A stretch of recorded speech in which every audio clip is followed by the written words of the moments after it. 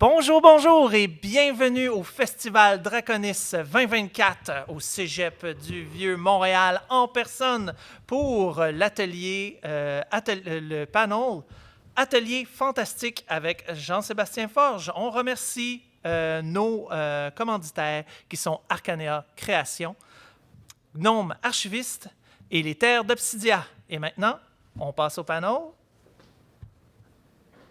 Bonjour, je m'appelle Jean-Sébastien Forge. Je suis le créateur et réalisateur d'Atelier Fantastique, qui est une entreprise qui a comme but de faire vivre des activités fantastiques, puis aussi des activités sociales, des jeux de société.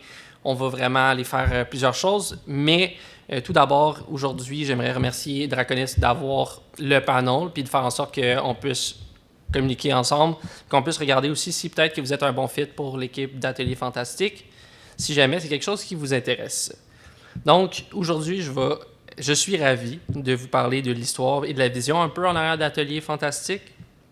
C'est une entreprise qui est née de ma passion pour le jeu de rôle et du fait que j'avais besoin d'une job, tout simplement.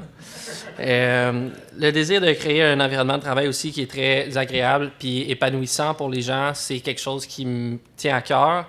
Puis j'ai l'opportunité justement de pouvoir faire ces choses-là avec tous les gens qui ont supporté le projet d'Atelier Fantastique à travers les années. Je voulais aussi parler des raisons qui m'ont poussé à développer le projet, les bienfaits du jeu de rôle et comment on peut potentiellement travailler ensemble ou si vous voulez des activités de jeu de rôle et de jeux de société, on est présent aussi pour ça. Je peux être là-dessus. Oh. Shkabing? Shkaboom? Oh, oui, ça fait du sens. Ma bad. All right. Donc, j'ai commencé cette entreprise-là quand j'avais... Le premier essai, j'avais 22 ans. J'ai l'air jeune. Ça paraît pas, mais j'en ai 35. Puis, quand j'ai essayé, on m'a juste reviré de bord parce que j'avais l'air juste trop jeune. Ça a fait en sorte que j'ai juste retravaillé sur mon projet. Puis, 2 ans plus tard, j'ai réessayé. La balle a commencé à rouler et finalement, en même temps que... La même année que Draconis a été fondé, j'ai conçu aussi Atelier Fantastique. L'objectif, c'était vraiment de rendre l'utile à l'agréable, de regarder les enjeux qui faisaient en sorte qu'on peut avoir soit un emploi ou non, puis comment faire en sorte de créer un contexte ou un processus qui va permettre à ce que la passion que j'ai pour le jeu de rôle puisse être transmise de manière professionnelle. Donc, une fois que j'ai trouvé cette formule-là, j'ai approché des clients cibles qui ont fait en sorte que j'ai pu commencer à justement faire rouler cette balle-là. Et avec le temps, un contrat est devenu 3, est devenu 7, est devenu 12. Et j'ai dû, vu que je ne peux pas me cloner, j'ai engagé des gens, des amis de la famille, principalement pour commencer, pour finalement vraiment avoir accès à une belle banque de maîtres de jeu qui sont prêts à nous supporter puis à travailler avec nous à travers les années. La personne qui travaille avec nous le plus longtemps travaille avec nous 5 ans, puis l'entreprise a quasiment 9 ans, fait que c'est quand même assez majeur. Il y a des gens que je prends la peine aussi de travailler peut-être aux années, aux 2 ans, parce que c'est un projet qui reste en vie. L'objectif, c'est vraiment juste de faire en sorte qu'on puisse offrir un espace où autant les maîtres de jeu peuvent avoir du plaisir, mais aussi peuvent être rémunérés, je pense, de façon raisonnable pour leur service, puis aussi d'offrir de l'autre côté, au niveau client, une expérience qui est vraiment qualifiée, unique, puis qu'on va avoir des gens qui sont vraiment des bons communicateurs, puis qui vont vraiment permettre les gens de grandir dans ces activités-là. Right. Fait que c'est comme ça que j'ai commencé. Parallèlement, j'ai toujours eu un 2e ou un 3e emploi pour faire rouler justement le rêve. Mais avec le temps, j'ai appris beaucoup de ma vie professionnelle à l'extérieur d'Atelier Fantastique, que j'ai pu intégrer beaucoup de matière là-dedans, ce qui fait en sorte qu'aujourd'hui, on a un système qui a justement vécu aussi longtemps, puis que même si je suis conscient que je pense qu'il y a d'autres, je ne veux pas nécessairement dire compétiteurs, mais il y a d'autres passionnés à travers le Québec, à Québec justement, sur la Rive-Nord. On a quelques équipes aussi qui se promènent dans le coin de Sherbrooke. Mais sinon, nous, on s'occupe de la province du Québec, tout simplement. On offre des services un peu partout. On a des gens avec qui on travaille, des gens de confiance.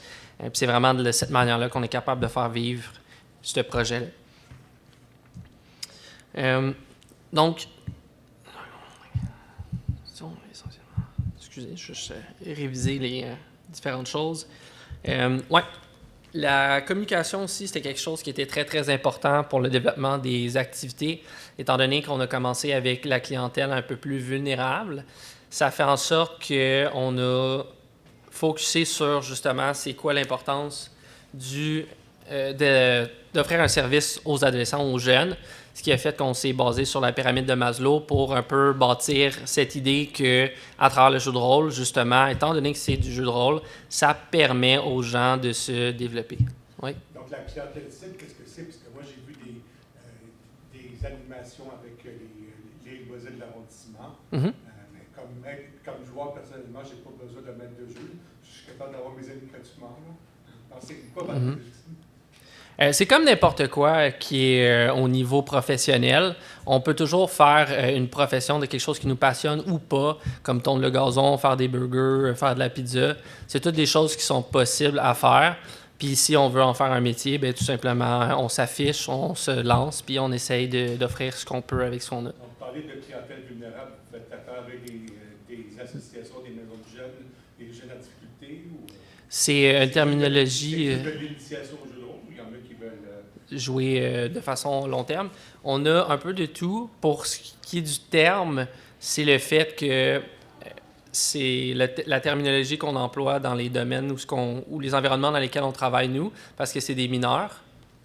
C'est pour ça qu'on appelle ça comme ça. Ça prend un background check pour travailler dans cette situation-là. C'est pour ça que j'emploie vraiment ce terme-là. Mais sinon, on fait affaire des clients, on a des anniversaires pour les plus jeunes, on a des parties privées aussi, où ce que les gens vont juste nous contacter pour avoir un maître de jeu, par exemple. Fait que c'est un peu un service de valet, si on veut, pour certains maîtres de jeu, pour avoir accès à plus de jeux et aussi de ressources financières. Mais juste avec des adolescents, est-ce que vous avez des adultes aussi qui veulent avoir des maîtres de jeu chez vous? Oui. Sauf que la manière qu'on fait, nous, c'est qu'on se déplace au client au lieu qu'on ait un local fixe. Mais techniquement, une fois qu'on fait affaire avec un maître de jeu, la manière que je m'arrange, c'est que je regarde c'est quoi les disponibilités puis dans quel créneau il veut travailler. Puis après ça, moi, ma job, c'est essentiellement de trouver des contrats ou des différents... oui, c'est ça, essentiellement des contrats pour ces gens-là, dépendamment des secteurs ou des préférences. Fait qu'on fait un peu de tout à ce niveau-là, autant dans les villes que ça peut être... un de mes projets, ça va être d'aller animer le festival de Comic-Con un jour, si jamais. Puis dans le fond, ça serait moi puis une bande de l'équipe qu'on se présenterait avec des parties, puis on aurait organisé ça. Un peu comme qu'ils font en ce moment avec Montréal D&D, si je ne m'abuse. OK, bien, j'ai déjà fait de l'animation, mais pour des gros groupes. Les jeux de rôle, évidemment, c'est des groupes restreints. Oui, effectivement. C'est possible d'avoir un salaire correct si on a, mettons, 5-6 jeunes maximum. Fait que la manière que je fonctionne, c'est que j'ai un système qui satisfait autant le maître de jeu que le client. C'est pour ça que j'ai été capable de rester en vie pendant 8 ans. Mais techniquement, c'est une question de pricing, c'est une question de fonctionnement. Puis à ce niveau-là, ben, j'ai trouvé une méthode qui faisait en sorte que tout le monde était heureux avec ce qu'il y avait pour les services qui rentrent. Comme là, en ce moment, on est à 18 à 25 de l'heure par atelier. Puis là, en janvier, on va monter au moins à 28. Puis on va augmenter le salaire de 18 aussi à 21. Ça reste un hobby, même si on est maître de jour, c'est vraiment... En vivre. En vivre. C'est plus... je vous avouerais que les contrats qu'on a, effectivement, c'est pas nécessairement des gros, c'est des longs contrats. Puis les gens, quand ils embarquent, ils comprennent cet enjeu-là. Cependant, moi, je me donne comme mission, puis c'est la raison pour laquelle je suis ici aujourd'hui. J'ai des gens avec qui je travaille qui aimeraient travailler là-dedans à temps plein, puis j'aimerais pouvoir trouver une plateforme ou une manière de faire en sorte que je puisse offrir ce genre d'expérience-là. Tu sais, si je peux t'offrir je sais pas moi, 25 à 30 heures semaine, puis être capable d'en vivre, parce qu'il y a de la préparation aussi alentour là, de ça, c'est pas juste de l'animation, on s'entend. Ben à ce moment-là, ça serait vraiment cool de pouvoir offrir ce genre d'activité-là.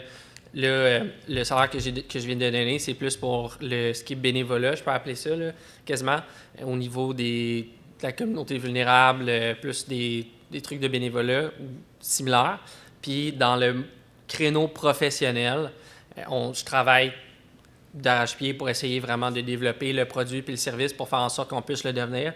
J'ai plusieurs idées en tête puis plusieurs qualifications aussi que j'aimerais aller chercher pour rendre ça possible, mais pour l'instant, c'est un projet en Donc, j'ai entendu parler de ce type de maître de jeu-là. Donc, vous avez de l'équipement donné. C'est pareil comme avoir un show du sol par rapport à un show dans un grand stade. Vous avez plus de saut et lumière. Fait que pour cet aspect-là de l'expérience, vu qu'on se déplace chez les gens, on va apporter notre propre matériel, mais on ne va pas avoir nécessairement la salle avec les lumières, le trackpad, ainsi que tous les trucs. C'est sûr que ça serait cool d'avoir un espace comme celui-là, puis je suis sûr que c'est quelque chose qui serait réaliste à moyen terme, d'avoir une taverne où ce que les gens peuvent venir louer spécifiquement une salle de jeu avec tout déjà établi. Mais encore une fois, c'est différents projets, c'est différentes idées. C'est pas quelque chose qu'on fait en ce moment, mais je garde toujours mon esprit un peu ouvert à différentes options pour justement créer des scénarios où ce que non seulement moi, mais d'autres personnes vont pouvoir aussi en bénéficier. Ouais, fait que c'est pas mal ce qui m'a inspiré du jeu de rôle du jeu de rôle en principe. Pour la clientèle jeunesse, ça a été de créer un profil plus axé sur la communication, puis mettant en valeur le fait que le jeu de rôle va mettre un groupe de gens ensemble, ce qui va faire le sentiment d'appartenance à un groupe. Le fait qu'il y ait différentes classes, les gens peuvent être uniques aussi. Ça aussi, c'est un autre facteur qui est important. Le travail d'équipe. Fait que la communication aussi, c'est vraiment quelque chose qui est bénéfique et fascinant. Même qu'en psychologie, c'est des choses. Le jeu de rôle, c'est une méthode qui est utilisée. Puis il y a plus en plus de recherches aussi qui sortent à ce sujet comme étant quelque chose de bénéfique. Même que, si je ne m'abuse, c'est un des caporals de l'armée canadienne qui a mentionné que les gens qui jouent à des jeux de rôle, c'est les gens qui sont les moins influençables dans la société. C'est quand même quelque chose d'intéressant de pouvoir développer l'esprit critique des gens à travers une activité qui est encadrée, sécuritaire et qui prône justement l'entraide. Je trouve ça vraiment génial. Donc, ça rentre justement dans le bienfait du jeu de rôle. Je suis encore pesé à l'envers, là, non? Super. Alright.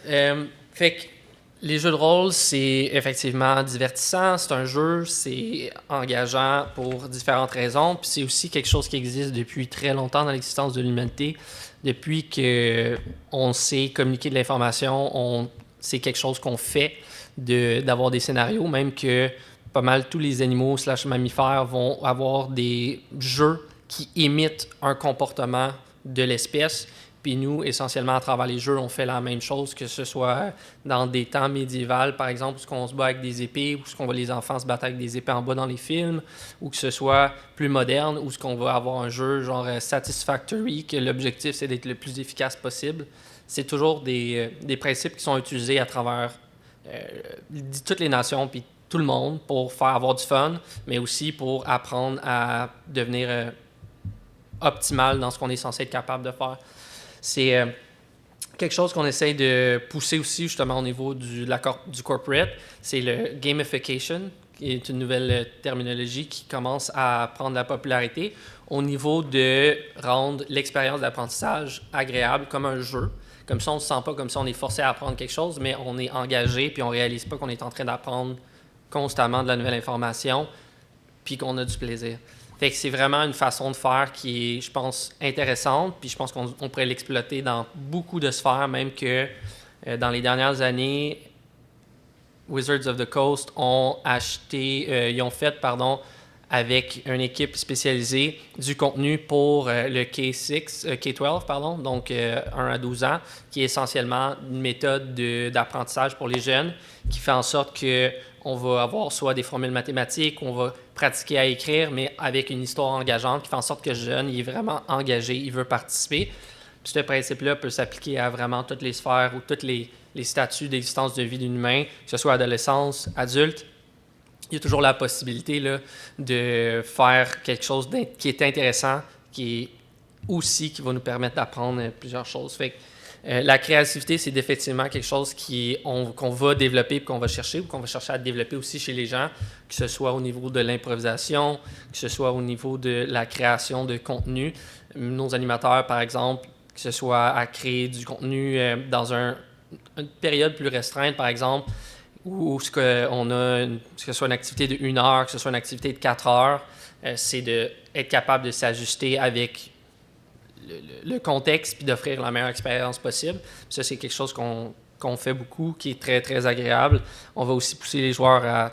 On le sait, il y a différentes races, différentes classes. Il y a des combinaisons absolument incroyables dans les jeux de rôle comme Donjons Dragons et autres.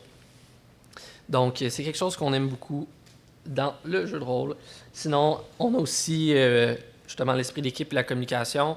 Autant au niveau de l'entreprise, je vous dirais que c'est les piliers principaux, parce que sans le fait que j'ai pas eu accès à peut-être une 50-70 personnes qui ont travaillé avec moi à travers les années, jamais que l'entreprise serait restée en vie. Puis je pense que si les gens ne ressentaient pas qu'il y avait un espace où ils peuvent être appréciés pour ce qu'ils font, puis entre autres payés, ben je pense que ça changerait beaucoup la donne. Il y a toujours l'option de payer les gens le salaire minimum puis essayer de prendre la plus grosse cote possible, mais c'est pas une idéologie dans laquelle je pense, parce que si tu travailles, je pense que tu devrais être minimum capable d'en vivre, et où ça devrait être le plus agréable possible, parce que tu t'en fais 40 heures semaine, puis je pense que c'est vraiment important qu'on soit capable de faire quelque chose qu'on aime puis qui nous rend heureux dans la vie. Fait que j'essaie de pousser le plus possible pour ça, que ce soit pour moi, que ce soit pour les gens avec qui je travaille. D'ailleurs, 2 des animateurs avec qui je travaille, on travaille sur leur propre projet, ils veulent se lancer en entreprise. C'est des choses que j'encourage beaucoup aussi avec mon équipe. Fait que quand quelqu'un me dit « moi j'aimerais ça travailler temps plein », par exemple, je suis comme « OK, ben je vais me creuser les méninges », puis moi, ma job en tant qu'entrepreneur, c'est de trouver une méthode de faire en sorte que ce soit possible.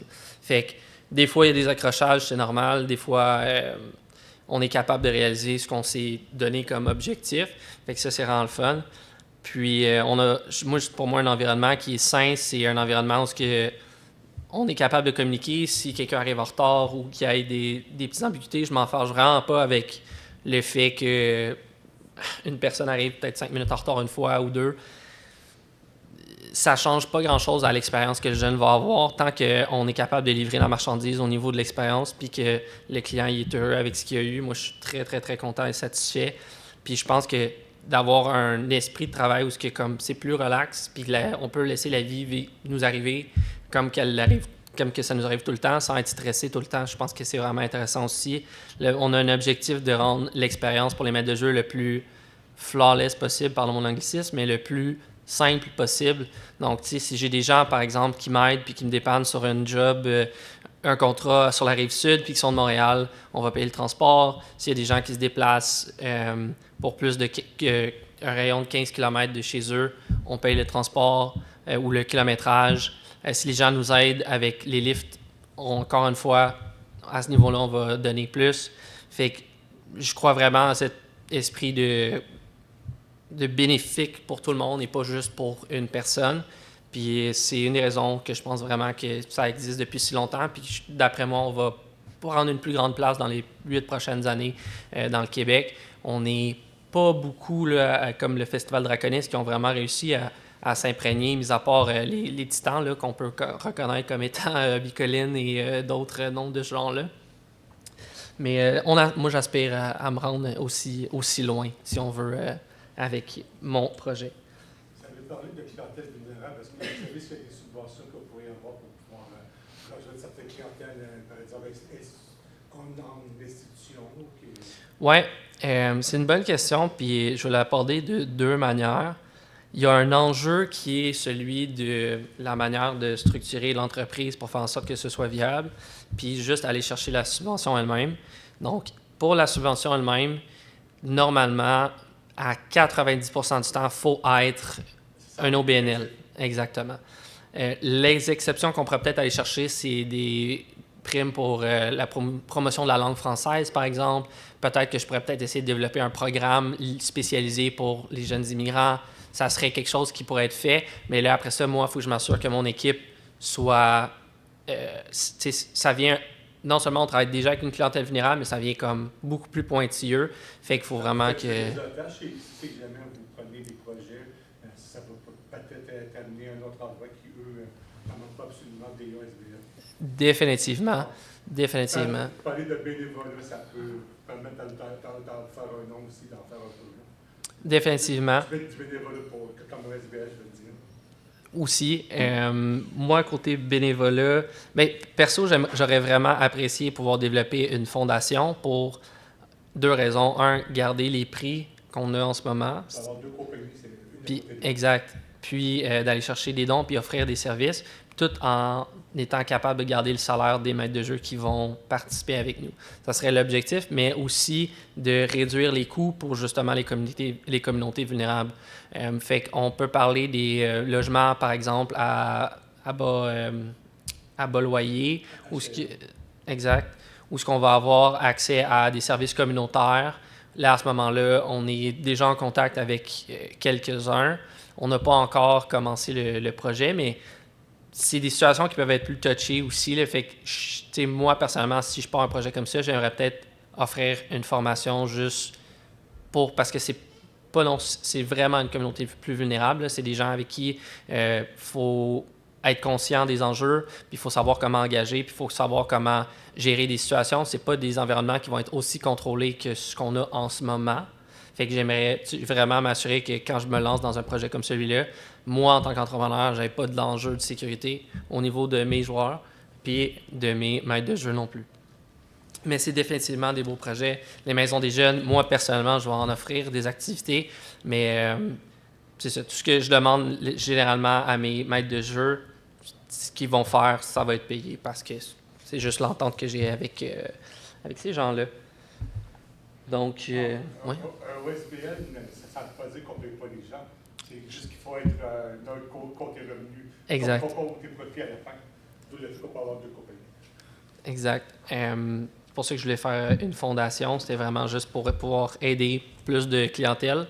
Mais pour l'instant, il faut que ça se fasse. Il faut que ça se fasse avec des gens de confiance aussi. Donc, ça prend un peu plus de temps. Je n'ai pas encore trouvé les 2 autres personnes avec qui j'aimerais réaliser ça. J'ai quelques idées en nom, mais pour l'instant, je veux vraiment développer plus sur le corporatif parce que je veux vraiment offrir aux gens avec qui je travaille depuis longtemps puis qui veulent travailler à temps plein des opportunités de pouvoir exploiter cette expérience. Sinon, la résolution de problèmes, ça c'est naturel dans les jeux de rôle, ça arrive tout le temps. C'est aussi ce que j'ai comme à faire tous les jours quand je travaille puis que j'essaie de trouver des solutions justement pour les joueurs ou des types de services ou juste avoir un plus grand roulement, que ce soit au niveau opérationnel ou que ce soit au niveau de l'entreprise. Mais, tu sais, je vais vous donner des exemples plus concrets dans le monde de ce qu'on vit à Atelier Fantastique. C'est généralement des contrats qu'on va voir alentour de 2 mois par personne. Puis, il peut y arriver qu'une personne a une offre d'emploi d'une vie, il peut y arriver qu'il y a le décès d'un proche, il peut y arriver plusieurs choses.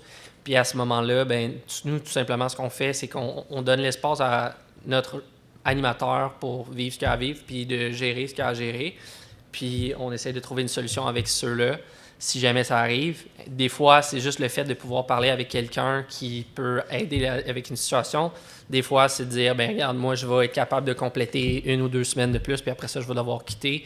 Mais à ce moment-là, moi, j'essaie de me garder disponible justement le plus possible pour aller combler toutes les situations de crise qu'on peut appeler, là, si on veut, les enjeux qu'on peut vivre au courant de la saison. C'est des choses que je fais régulièrement. Puis, jusqu'à là, ça fonctionne bien.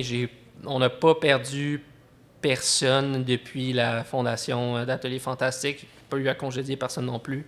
Fait que c'est vraiment, vraiment génial pour ça. Donc, l'autre avantage aussi pour les maîtres de jeu, c'est le fait que c'est encadré dans un environnement professionnel. Ça peut être intéressant pour mettre sur un CV de différentes manières. J'ai déjà aussi créé des lettres de référence pour certains animateurs. Fait qu'on est quand même, ça reste un organisme officiel puis professionnel. Fait qu'on essaye le plus possible de justement offrir ce genre d'avantages-là. Moi, en tant qu'entrepreneur, je dis à tout le monde, tes passions puis ce que tu fais dans la vie, techniquement, c'est des talents, que ce soit de prendre des excellentes photos sur Instagram ou que ce soit de devenir un super de bon maître de jeu ou de joueur parce que tu fais rire les gens ou tu as un bon roleplay. C'est une aptitude que tu peux apporter définitivement sur le marché du travail si tu sais te placer. Puis moi, encore une fois, j'encourage beaucoup mes animateurs à faire ce genre de choses-là. Finalement, pour ce qui est de l'expérience des joueurs, pour la résolution de problèmes, ce qui va être intéressant, c'est qu'on va concevoir des ateliers vraiment spécifiques selon le besoin de la situation. Fait que si on parle du corporate, on va faire des activités en lien avec le leadership, on va faire des activités en lien avec le team building, la gestion du stress, puis juste pour le plaisir, si jamais c'est quelque chose qui les intéressait. Puis pour la communauté vulnérable, ce que je trouve particulièrement fascinant et intéressant, c'est d'encadrer les jeunes dans un environnement où on va avoir des situations absolument loufoques, mais aussi de permettre aux jeunes d'avoir des problèmes qui, même s'ils échouent, c'est pas critique comme enjeu, ça va rester quelque chose qui va être agréable à vivre. L'exemple parfait que j'ai pour ça, c'est un de mes jeunes. On travaille beaucoup aussi avec des gens qui sont sur le spectrum. Veux pas, c'est intéressant le jeu de rôle, puis le jeu fantastique, entre autres. Je sais pas si tu as Asperger, on dit ça encore ça, je sais plus. Ouais. Certaines personnes sur ce spectrum-là, ADHD aussi. Fait que c'est quand même assez intéressant de voir que c'est une clientèle qui peut aller dans ce créneau-là, mais nous offrant une situation qui est stable, qui est fixe, dans laquelle ils peuvent faire des erreurs. L'exemple que j'avais, c'est un jeune qui devait mentir pour rentrer dans une taverne. Finalement, il s'est fait attraper. Il voulait comme revenir en arrière sur ses actions. Puis j'ai expliqué que, tu sais, c'est pas grave si tu fais une erreur dans la vie. Des fois, tu peux juste comme focus sur ton objectif au lieu de focuser sur tes échecs. Puis, ça fait en sorte que finalement, il a réussi à tourner la situation de bord en prenant en compte que, OK, on va essayer d'attraper les petites cordes qui restent qu'on a réussi à avoir suite à une situation qui est peu favorable. C'est toujours possible de make the best of it, pardon mon anglicisme, de trouver le meilleur d'une situation. Puis, je trouve ça vraiment cool de pouvoir offrir ce genre d'environnement-là aux jeunes où ils peuvent faire des erreurs, on peut les challenger, puis ils peuvent se développer aussi. C'est vraiment, moi, je trouve ça vraiment agréable. Donc, bien sûr, je clique. Parfait. Donc, expérience inoubliable. Donc, notre mission, c'est essentiellement, à travers le jeu de rôle, développer la communication, de créer un environnement qui est bizarre, si on veut, pour tout le monde. Le fantastique, c'est quelque chose qui peut rendre les gens un peu... ça le sort de la norme, puis ça met tout le monde, selon moi, sur le même piédestal au niveau, merci, du confort de jeu. Fait que ça, je trouve ça vraiment intéressant aussi. On veut définitivement créer un environnement qui va être immersif pour les joueurs.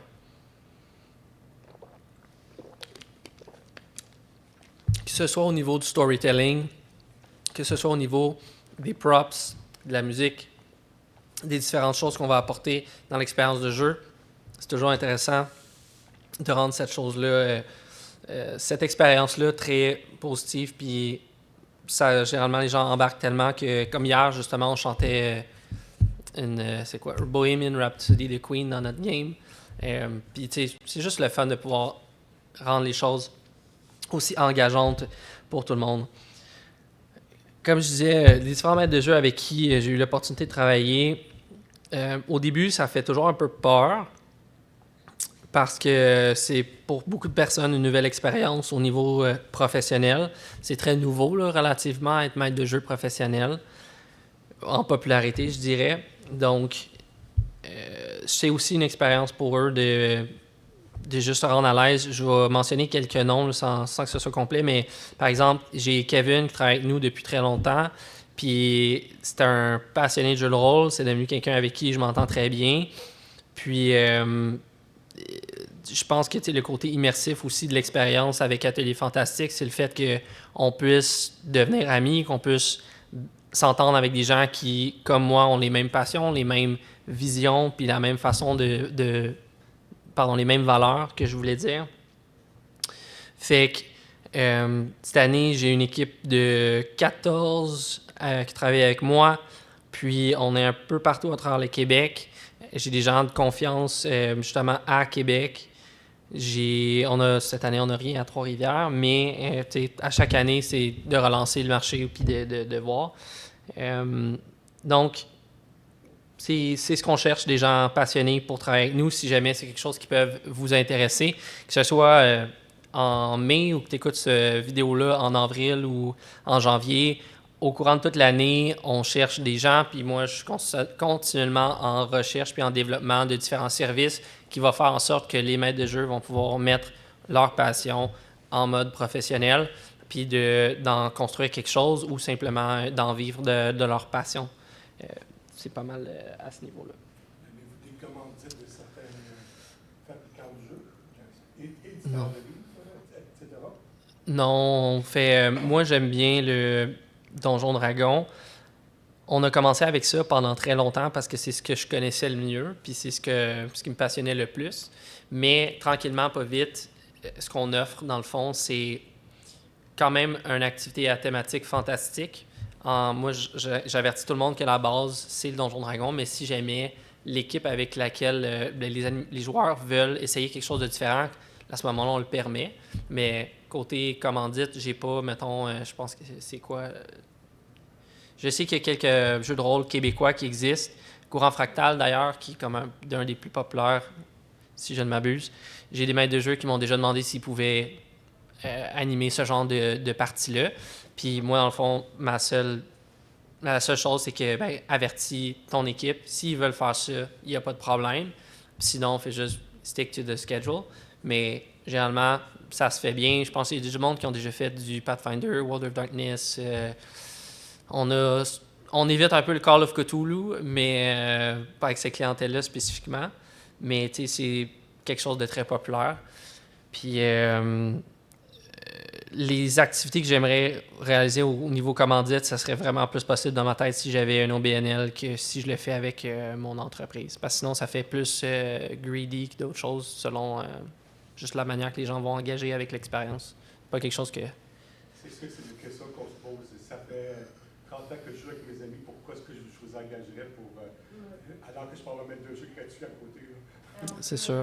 Moi, justement, il y a un peu moins d'un an, Mm-hmm. on a commencé avec, c'était la relance des loisirs tout neufs Mm-hmm. à Laurier, qui ont organisé justement une session où on pouvait jouer au jeu de rôle avec un maître du jeu qui était du coup on payait pour le maître de jeu. Mm-hmm. On n'a pas continué avec Le maître de la jeu? relance, Ouais. mais on est resté le même groupe et on a décidé de payer notre MJ parce qu'on Ok. trouve que L'expérience en valait la peine. il mérite de recevoir quelque chose pour son J'arrêterais. travail. À adresser cette expérience-là, puis les questions que tu m'as posées aujourd'hui, j'ai rencontré un des meilleurs maîtres de jeu de ma vie qui était un Québécois, puis lui, il trouve ça aberrant l'idée qu'on lui paye pour faire ce qu'il fait. Mais c'est la personne la plus dédiée, puis la plus... l'expérience que j'ai reçue était tellement insane. Mes amis, on change le rôle de maître de jeu. Parce que maintenant, on est avec maître de jeu. Effectivement. C'est pour ça, d'ailleurs, qu'il y a des compagnies qui ont pris de la popularité pour offrir l'opportunité aux maîtres de jeu de devenir des joueurs. Il y a une demande pour ça. C'est pas tout le monde qui est maître joueur. C'est sûr que si vous aimez le même groupe de gens avec qui vous êtes, puis, tu sais, moi, je cuisine bien dans la vie. J'aime pas ça aller au resto. J'aime pas aller au resto parce que je vais manger moins bien que ce que je suis capable de faire, tu sais. Fait que dans une situation de même, je peux comprendre que je pourrais appliquer ça dans la situation que tu suggères, où est-ce que tu as une belle expérience, tu as beaucoup de plaisir, tu ne ressens pas le besoin d'aller chercher ailleurs pour satisfaire justement ton désir de jeu de rôle, puis c'est super correct. Comme qu'il y a d'autres personnes. Tu sais, moi, il y a des games où j'ai pleuré là, parce que c'était tellement bon que j'étais juste rendu émotionnel comme moment, puis c'est arrivé, tu sais. Je pense des gens qui sont capables de créer des situations de même, puis de te faire vivre certaines émotions, quand tu es capable de rentrer dans l'expérience, ça peut valoir un certain c'est une mini pièce de théâtre à quelque part. Je pense pas non plus que ça vaut la peine de... Je dis pas que c'est ce que vous faites, là, pas du tout. Je sais que sur les médias sociaux, des fois, il y a des gens qui vont juste parler vraiment négativement de l'idée, justement, de faire payer quelqu'un pour sa passion. Mais essentiellement, quand on y pense, les sportifs, les cuisiniers, tout le monde dans la vie, à quelque part, il y a des gens qui font ce qu'ils aiment, puis c'est bien correct. On parlait beaucoup d'aller voir des organismes, Mhm. des gens qui sont qui ont une maladie avec l'aspect autisme, etc. Des enfants qui sont en institut. Hier, j'ai amené un de mes fils à l'hôpital Rivière-des-Prés. Alors, j'ai dit qu'il y en a là-bas qui pourraient être intéressés. J'ai contacté les hôpitaux déjà. Malheureusement, non seulement c'est la communauté vulnérable, mais au niveau de la salubrité puis des enjeux de potentiel, les hôpitaux ne veulent rien savoir. Fait que je sais même pas comment ça serait possible. J'ai vraiment aucun lead. J'ai contacté Sainte-Justine, j'ai contacté quelques autres hôpitaux, puis c'était pas quelque chose qui était possible par rapport à différents enjeux là, avec les jeunes. Fait que je sais pas, peut-être qu'il y a des réglementations qui ont changé depuis. Ça fait quand même 5 ans, là. Mais de ce que je connais, c'est pas mal ça. T'sais, moi, les seules places que je vais faire un événement qui est comme à gauche de ce qu'on fait déjà, c'est quelque chose qui s'appelle le D&D sucré, où ce que j'invite dans le fond, vraiment tout le monde qui participe avec nous à travers le Québec pour une journée. Puis je fais une liste, on s'en va dans une cabane à sucre, puis on va avoir du fun, puis on mange. Fait que c'est vraiment cool. Ouais. C'est pas mal ça. L'autre chose qui est vraiment cool au niveau du développement personnel que moi je vois, c'est qu'après, par exemple, on finit avec un jeune dans sa dernière année d'éducation au secondaire, puis il va venir dans l'équipe par la suite, par exemple, pour venir participer avec nous parce que il a vraiment aimé son expérience, puis il aimerait avoir l'opportunité lui aussi de faire vivre les expériences on fait vivre. Bien, c'est une belle opportunité. C'est sûr que, tu sais, le monde, ils peuvent le faire seul. L'avantage de faire affaire avec Atelier Fantastique, c'est qu'on est dans le business depuis 8 ans, c'est rodé. Tu fais juste te présenter. Si tu fais partie, tu es apte à travailler pour l'équipe, puis on est capable de faire quelque chose pour toi, on te le fait. Puis, on va par la suite travailler ensemble, tout simplement. Moi j'ai une question. Ouais. Est-ce que c'est que des one-shots ou il y a des fois, par exemple, des groupes qui demandent à ce que finalement ce soit des... Ça dure plus longtemps. Ça dépend des différents contrats qu'on va recevoir. Des fois, ça peut être un one-shot. Des fois, ça peut être des plus longues parties. Excusez. Donc, présentement, je suis dans quelques campagnes que j'anime qui vont durer aussi longtemps que ça dure. Ça fait en ce moment, ça fait 3 mois, l'autre, ça fait comme 9 mois. Fait que c'est possible parce que moi aussi, je suis un animateur. Là. Mais si, par exemple, il y a trop de contrats qui rentrent en même temps, mais à ce moment-là, j'ai une poignée de gens de confiance avec qui je sais que je peux comme envoyer à travailler avec les différentes choses. Encore une fois, on a notre formule de quel type d'activité, les enjeux qui vont être abordés. C'est vraiment... j'essaie de rendre ça le plus professionnel, le plus structuré possible pour l'expérience de tout le monde. Là. Fait que ça, c'est possible. La plupart du temps, on vous impose un thème. Il faut que vous parliez aux jeunes de telle valeur. Pour pas nécessairement, ça peut arriver si on arrive dans comme un événement, une festivité plus. C'est sûr que les valeurs, on va les garder les plus PG là, ou générales possibles. Mais il n'y a pas de limite. Dépendamment de l'âge, on s'adapte avec notre groupe. T'sais, j'ai un groupe qui fait en ce moment Curse of Strahd. Fait que ça se fait, c'est juste que on va censurer certaines choses de la manière appropriée. J'ai joué 2 fois. Ouais. Fait que c'est pas mal ça, Atelier Fantastique, essentiellement. C'est un projet de passion que je vais essayer de faire vivre le plus longtemps que je peux. Puis, si c'est quelque chose qui vous intéresse, ben, vous pouvez définitivement aller voir notre site web afqc.ca ou sur Facebook aussi, Atelier Fantastique. Puis, je vous invite à être excité pour nous de voir ce qui va s'arriver au niveau du développement. L'objectif, comme j'expliquais, c'était vraiment de devenir une ressource de jeux de rôle à travers le Québec au niveau professionnel. Puis, je pense qu'on est déjà sur un bon chemin pour ça. Puis, je pense qu'on va être capable d'accomplir beaucoup plus aussi là, dans les prochaines années. Oui. Des contrats de jour, de semaine, de soir, de fin de semaine? En ce moment, c'est fin d'après-midi, principalement. Puis, moi, j'essaye, comme je disais, en fait, on est en développement de tout ce qui est corporate. Fait que là, à ce moment-là, ça peut être une journée dans le milieu de la journée, comme que ça pourrait être un retreat. Comme on s'est déjà fait parler d'un projet où que tout le monde se fait inviter dans un chalet une fin de semaine. Nous, on arrive avec notre stock. On a parlé de possiblement avoir aussi de l'animation sur place ou s'il y a un barman, ben, peut-être qu'on va fournir un animateur pour créer comme l'ambiance de différentes choses. Fait qu'il y a des options qui existent.